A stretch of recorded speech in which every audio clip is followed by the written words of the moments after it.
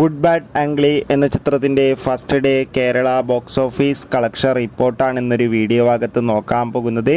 വീഡിയോയിൽ മുൻപ് video like ചെയ്യുക, ചാനൽ സബ്സ്ക്രൈബ് ചെയ്യാൻ വേണ്ടി ശ്രമിക്കുക.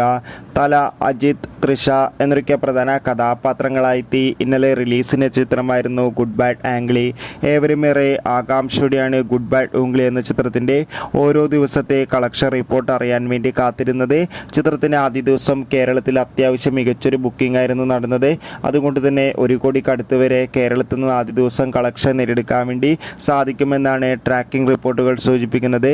എന്തായാലും തല, അജിത്തിൻ്റെ കൂടുതൽ അപ്ഡേഷൻ അറിയാൻ വേണ്ടി കാത്തിരിക്കാം.